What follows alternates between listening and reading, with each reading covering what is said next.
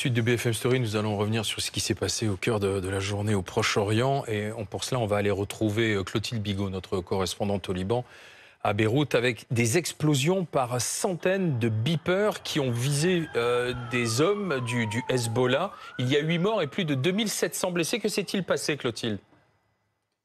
Alors exactement, on ne sait pas exactement ce qui s'est passé. Ce qu'on sait cependant, c'est que donc ces beepers sont utilisés par des personnes qui travaillent avec ou pour le Hezbollah, qui sont généralement utilisés pour signaler un danger, que ce soit un avion israélien ou alors une explosion. Cette opération est évidemment une opération de très très grande ampleur. C'est quasiment du jamais vu ici au Liban. Les explosions ont retenti notamment à Beyrouth, beaucoup dans la banlieue sud, mais aussi au sud du Liban et même en Syrie. Il y a même l'ambassadeur iranien au Liban qui a été blessé par l'une de ces explosions, car lui avait l'un de ces beepers.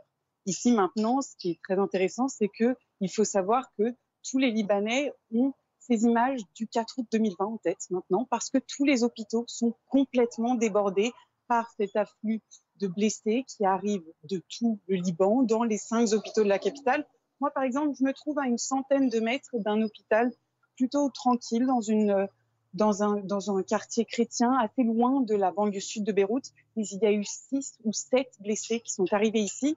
Donc maintenant, Beyrouth est redevenu calme et les hôpitaux, eux, sont encore complètement débordés.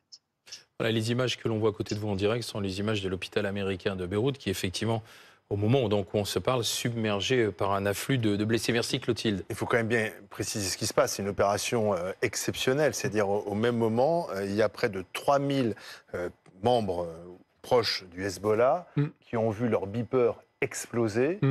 Certains ont été directement tués. Il y a 8 morts, c'est le premier bilan. 2750 blessés. Le Hezbollah et le Liban accusent immédiatement les services israéliens. C'est une opération de très grande ampleur. Une opération de très grande ampleur, peut-être sans précédent. Vous avez cité les chiffres qui ne sont que provisoires.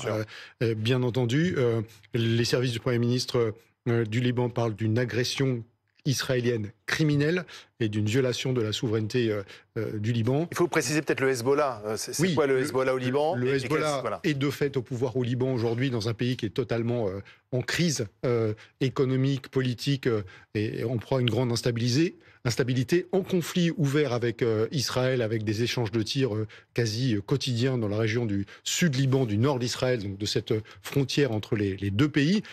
Israël disait d'ailleurs ces dernières heures redouter une offensive massive de la part du Hezbollah, ceci expliquant peut-être cela d'ailleurs. Et cette opération, donc, elle visait évidemment les membres du Hezbollah qui, par ailleurs, sont très proches et soutenus par l'Iran. D'ailleurs, l'ambassadeur iranien au Liban a été blessé, donc il avait un beeper du Hezbollah dans sa poche. Ce qui explique qu'il détenait cet objet pour communiquer avec le Hezbollah. Le Hezbollah étant en quelque sorte l'extension du politique de l'Iran au Liban. En tout cas, c'est une opération évidemment extraordinairement spectaculaire. Il faut savoir que ces gens du Hezbollah s'étaient débarrassés de leurs téléphones portables. Pourquoi? Parce que les téléphones portables, ils étaient susceptibles, d'être écoutés par Israël, et 2, d'exploser. Il y a eu des précédents qui ont été d'ailleurs pour le coup reconnus par Israël, qui visaient notamment des terroristes. On faisait, lorsqu'on savait qu'ils étaient en communication, exploser leur téléphone portable, littéralement à la figure de ces terroristes. On a une photo de ce que c'est qu'un beeper. Parce qu'on a un peu oublié. Un pager, c'est vrai que maintenant on s'est habitué au téléphone portable. Donc comme ça, vous allez nous expliquer, Raphaël Grabli, ce qui a pu se passer. Voilà, donc ce sont ces pagers sur lesquels on reçoit des messages. Oui.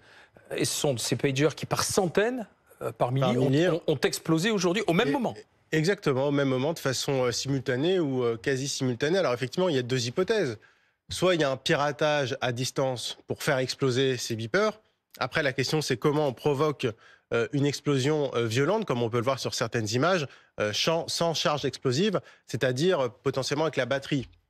C'est vrai qu'une batterie qui surchauffe, elle va prendre feu. Ça ne va pas forcément provoquer des explosions comme ça. Donc il y a une autre hypothèse, et notamment liée au fait qu'il semblerait que ces beepers aient été distribués relativement récemment, c'est que ces beepers aient tout simplement été piégés avec une minuscule charge explosive, donc par milliers, en amont de la livraison. Donc ça veut dire au moment de la fabrication, quasiment. Alors soit de la fabrication dans le pays de fabrication, soit sur un quai de déchargement, de livraison, mais qu'il y a eu une interception de la marchandise pour ensuite piéger un à un ces beepers pour mettre... Donc on aurait une attendu charge- ensuite le bon moment pour déclencher l'opération. Exactement. Mais c'est-à-dire- comment elles sont déclenchées, ces explosions? Alors là, c'est toute la question. Il y a deux solutions, là encore. Soit on trouve un moyen par les télécommunications de les déclencher à distance, soit il faut, quand je dis à distance, c'est à longue portée de l'étranger, soit on envoie, parce que il y a des radiofréquences et c'est de la radio essentiellement, soit on envoie tout simplement des gens, des agents potentiellement sur place, à proximité. Ils ont explosé tous dans des lieux publics. Donc après, combien de personnes il faut envoyer, c'est une question, pour activer l'explosif. Voilà. Donc il y a deux hypothèses. Il y a celle du piratage qui paraît assez peu plausible compte tenu de la nature de l'explosion. Et l'autre hypothèse, mais qui est techniquement assez exceptionnelle aussi, c'est-à-dire d'intercepter une cargaison de milliers de beepers, de les piéger en mettant un explosif et puis d'attendre que le Hezbollah distribue ces beepers. On dit que ça a duré une demi-heure environ.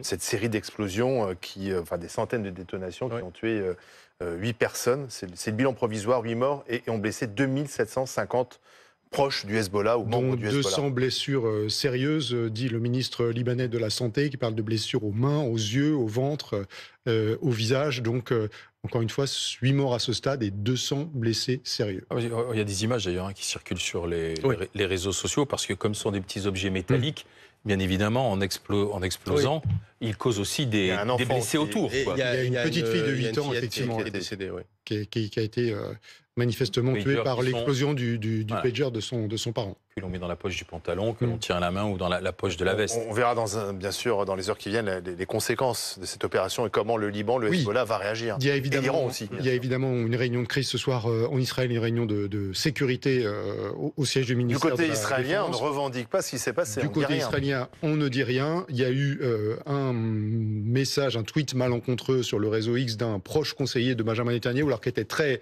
très indirect, un peu sibyllin, mais qui a été immédiatement retiré, qui était une reconnaissance implicite de la participation israélienne. Ça fait assez peu de doute, en tout cas clairement dans l'esprit des responsables libanais et des responsables du Hezbollah. Et pour rebondir sur ce que disait Thierry, ça va poser aussi une question sur la télécommunication, sur maintenant comment les partisans, les membres du Hezbollah vont communiquer s'ils n'ont plus ces beepers, qui sont ce qu'on appelle en fait de la low-tech, c'est-à-dire de la basse technologie pour ne pas être intercepté. On n'est tout simplement pas sur ces réseaux de télécommunications, on n'est pas sur le web, on est avec des beepers, des vieilles technologies pour éviter les interceptions. Mais c'est vrai qu'il y a un enjeu logistique et maintenant comment ils vont communiquer. Donc c'est vrai que ça pose aussi question pour le Hezbollah pour communiquer tout simplement dans les prochaines semaines. Ils avaient déjà beaucoup recours aux coursiers pour les communications les plus sensibles, précisément pour éviter ces interceptions. Mais effectivement, cette question va se poser.